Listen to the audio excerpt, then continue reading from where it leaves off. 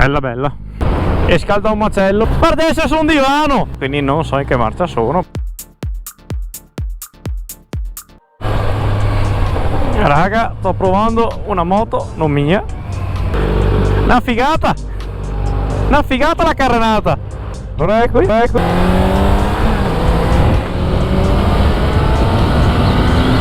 Siamo sopra una Kawasaki 750R. Vi metto il sovraimpressione l'anno perché se non me lo ricordo.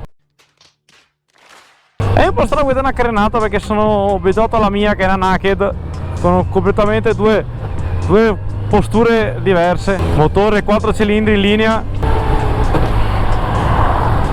L'unica rottura di coglioni è che non ci sono scritte le marce, quindi non so in che marcia sono.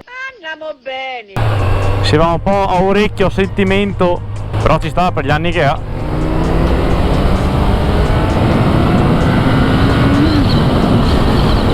Sale molto bene. Questa è la sesta? Sì. Molto molto bella. Il gas, anche se apri a pieno, è molto dolce.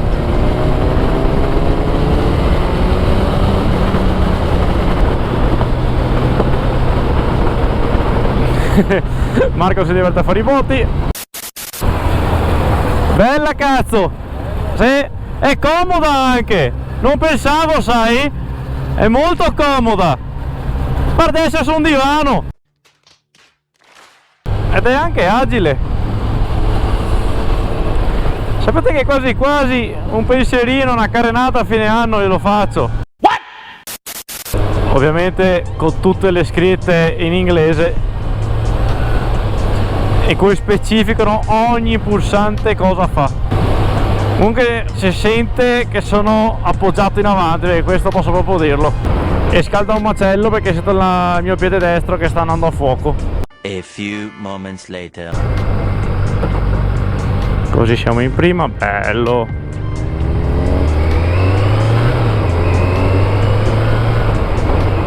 Cioè raga, non c'è molto da dire, anche perché non sono uno che fa video presentazioni di moto degli altri, che non sono, come si può dire, abituato. Ecco, forse l'unica pecca è che avendo gli stivali va a incastrarsi sotto qua, e se ci avessi la possibilità gli farei abbassare la leva del cambio. Mica ci mette un botto per una coppia. Calcoliamo che sto sempre cercando di paragonarla alla mia.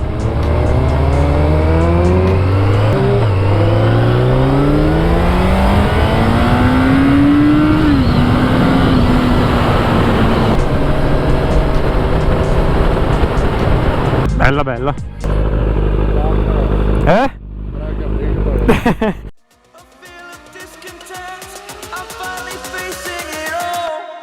Fearless.